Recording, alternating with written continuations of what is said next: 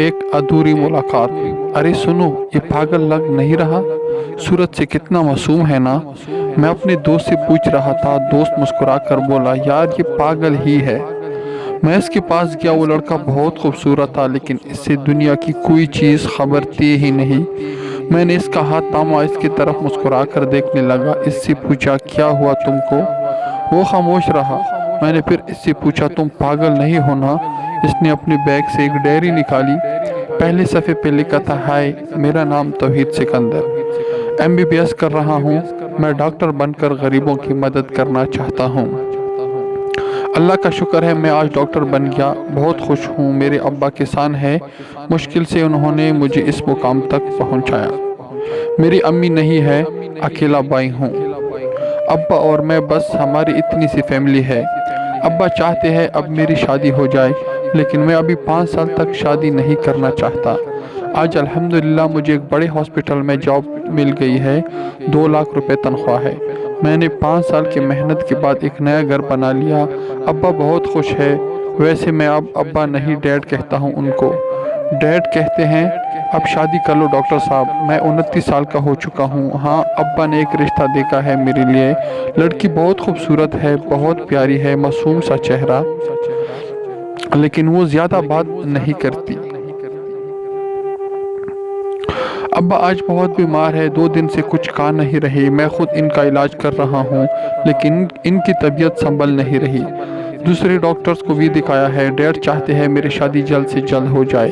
ہمارا نکاح سادگی میں ہو گیا۔ نبیلہ میری بیوی بن کر آ گئی، میں بہت خوش ہوں، لیکن ایک عجیب بات ہے، مجھے کہتی ہے میرے پاس مت آنا، ابا کے پاس بیٹا ہوں۔ آج میں ڈیوٹی پہ نہیں گیا، ابا کہتے ہیں بس پاس بیٹھے رہو۔ ابا جان آج امی کی تصویر دیکھ کر بہت رو رہے ہیں۔ آج 10 دن بعد ڈائری لکھ رہا ہوں، ابا جی دنیا سے چلے گئے ہیں۔ میں بہت تنہا ہوں، بہت اکیلا ہو گیا ہوں۔ میری بیوی نبیلہ، وہ تو مجھ سے بات کرنا بھی گوارا نہیں کرتی، نہ جانے کیوں وہ بدظن ہے مجھ سے۔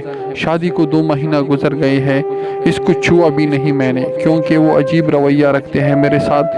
نہ جانے کیا ہوا ہے، مجھے اس سے بہت پیار کرتا ہوں۔ میں اکتا کیا ہوں اب نبیلہ سے، سوچ رہا ہوں اس سے فائنل بات کروں آج۔ کیا کروں، میرا کوئی اپنا نہیں ہے، اس لیے ہر بات ڈائری میں لکھ لیتا ہوں۔ میں اسلام آباد جا رہا ہوں، واپس آ کر بات کروں گا نبیلہ سے۔ اس کو بتایا میں 10 دن کے لیے جا رہا ہوں، لیکن وہ اگنور کر گئی مجھے۔ اس کی فون کال آئی، میں بہت پریشان ہوں، کہہ رہی ہے طلاق دے دو مجھے۔ مجھے کچھ سمجھ نہیں آ رہا، وہ پاگل ہو گئی ہے کیا؟ کل میں گھر جاؤں گا۔ میرے آنسو اس کے قدم چھوم رہے تھے۔ گھر آ گیا ہوں۔ اس نے میرے ساتھ دھوکہ کیا ہے، وہ پہلے سے شادی شدہ ہے، اس نے سب سے چھپ کر کورٹ میرج کی ہوئی ہے، وہ ماں بننے والی ہے۔ اس کا شوہر میرے سامنے کھڑا ہے، وہ مجھے دھمکی دے رہا ہے اگر نبیلہ کو نہ چھوڑا تو جان سے مار دیں گے۔ میرا تو کوئی ہے بھی نہیں جو میرے قبر پہ روئے گا۔ میں نبیلہ کی طرف دیکھ رہا تھا، پوچھا آخر کیوں؟ غصے سے بولی، ماں باپ نے مجبور کر دیا تھا، بس اس لیے اب جان چھوڑ دو میری۔ اس کے شوہر نے مجھے گریبان سے پکڑا اور میرے منہ پہ ایک تھپڑ مارا۔ نبیلہ اپنے شوہر کا ہاتھ تھاما چلی گئی۔ ان کے ساتھ کچھ آوارہ لڑکی تھی اور کچھ پولیس والی بھی۔ مجھے دھمکی دی خاموش رہنے کی۔ مجھے لگتا تھا عورت جنت ہوتی ہے، لیکن آج سمجھ آیا عورت دنیا کی بدترین گندگی بھی ہو سکتی ہے، نبیلہ کی صورت میں۔ میرا کیا قصور ہے جو مجھے سزا ملی؟ بہت تیز بارش ہو رہی تھی، جی چاہ رہا تھا خود کشی کر لوں۔ میں اب جینا نہیں چاہتا۔ جس کو اللہ کو گواہ بنا کر قبول کیا تھا وہ بت وفا نکلی۔ عورت ذات سے بدبو آنے لگی ہے مجھے۔ میں چھت سے چھلانگ لگا کر مر جانا چاہتا ہوں آج۔ میرا گھر، میری زندگی، میرے خواب سب ختم ہوئے، اور ڈائری کے الفاظ بھی آخری ہے۔ جس کو میری ڈائری ملے وہ پلیز میرے قبر میں میرے ساتھ دفن کر دینا۔ وہ کیسے مجھے پاؤں تلے روند کر چلی گئی۔ مطلب پرست عورت آخر میرے ساتھ ہی کیوں کیا ایسا؟ مجھے بتا دیتے، مجھے تڑپانا ضروری تھا کیا؟ یہ عورت سام کا دوسرا روپ بھی ہو سکتی ہے، جسے جتنا بھی آغوش میں چھپا لو ڈس ہی دیتی ہے۔ 10 میں 6 عورتوں نے کسی نہ کسی کے ساتھ غداری کی ہوتی ہے۔ میں ڈاکٹر توحید سکندر آج اپنی ڈائری کے آخر پہ اپنی بھی بسی چھوڑ کر جا رہا ہوں۔ ہاں، میں جانتا ہوں مجھے جینا چاہیے تھا، کسی کی چلے جانے سے زندگی ختم نہیں ہوتی، لیکن میرے ساتھ کچھ عجیب ہوا ہے۔ اب مجھے ہمت نہیں ہے لکھنے کی۔ میری آنکھوں میں آنسو تھے، ڈاکٹر توحید بیچارہ چھت سے چھلانگ تو لگائی تھی لیکن زندہ بچ گیا۔ دماغ میں چوٹ لگ گئی تھی، وہ دنیا سے سابق خبر ہے اب، صرف یاد ہے تو بس ڈائری۔